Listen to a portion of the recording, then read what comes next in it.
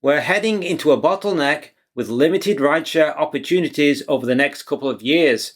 SpaceX launched its Transporter missions in 2021, flying multiple times a year to the popular sun-synchronous orbit. In 2024, it added the mid-inclination Bandwagon missions. These flights, especially Transporter, have become hugely popular with small satellite operators and space startups. For around $7,000 a kilogram, operators can put satellites into orbit on a highly reliable Falcon 9.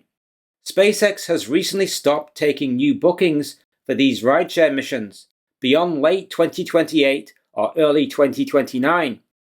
Rocket Lab's Chief Financial Officer, Adam Spice, expects SpaceX to focus Falcon 9 capacity on its own internal needs.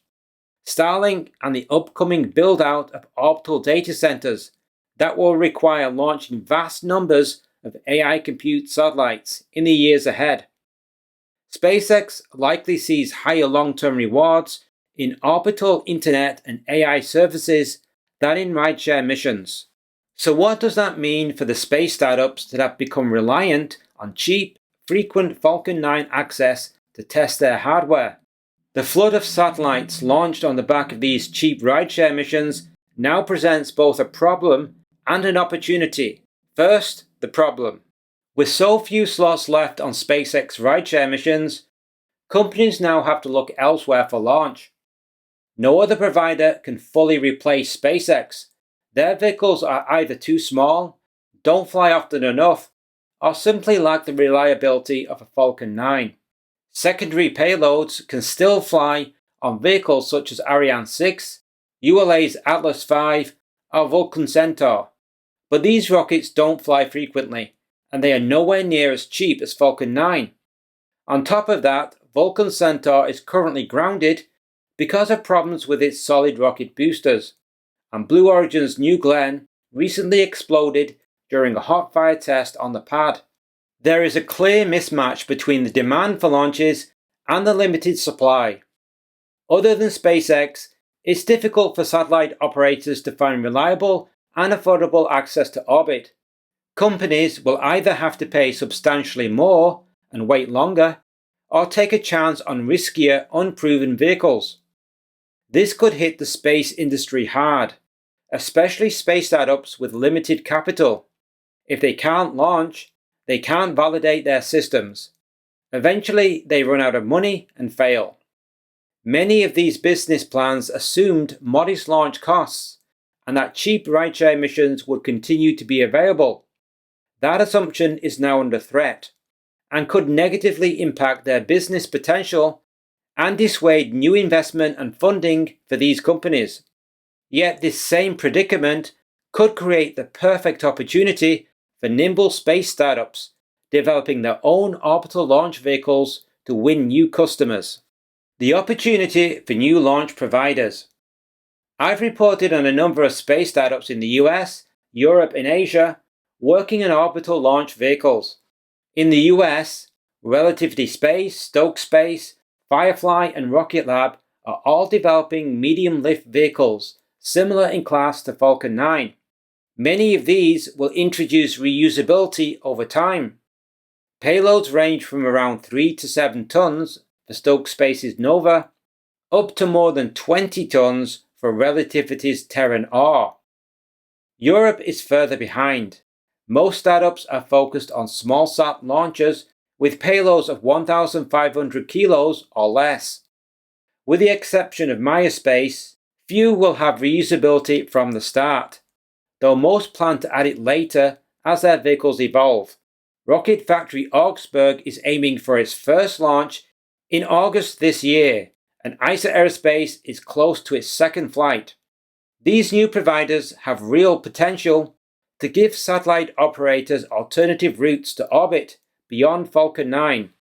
PLD Space in Spain is getting closer with its Mura 5, though that now looks more like a 2027 launch. InnoSpace, the South Korean startup, launched its Hanbit Nano earlier this year, but the vehicle failed about 40 seconds into flight. Gilmour Space in Australia also failed on its first attempt and Japan's Space One failed again on its third try. Still, these companies are still in business and either working towards their first launch or, having learned from their previous launch failure, working hard to fix and improve their vehicles for their next launch attempt. There's another bonus for these new providers.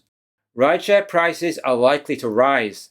That helps smaller launch startups with limited capital because they can start earning revenue sooner, provided they can actually launch and place customer satellites into the correct orbit.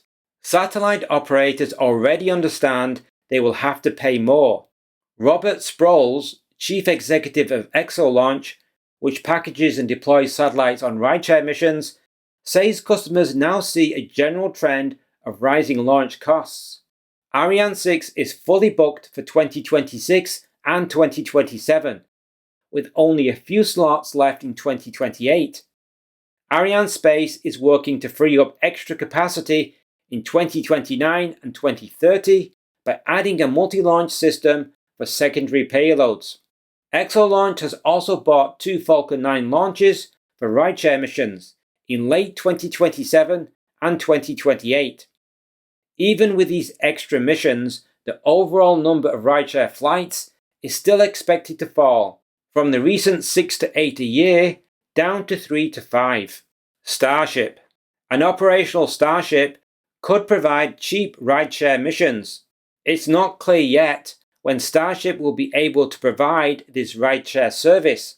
First, it's still under active development, with a version 3 vehicle an almost complete redesign, only having flown once so far, with the second launch due next week.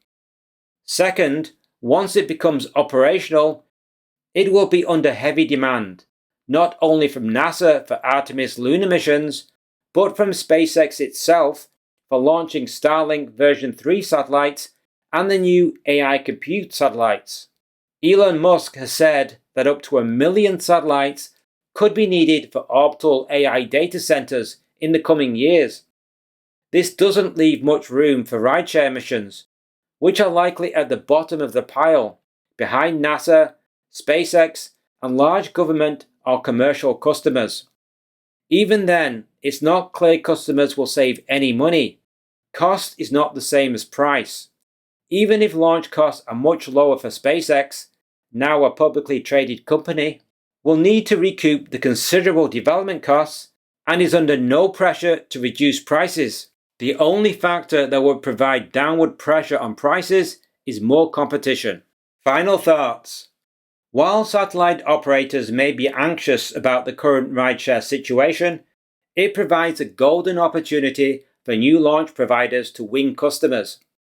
Everything depends on how quickly these companies can get their vehicles to the pad and whether they can reliably launch and place customer payloads into the correct orbit.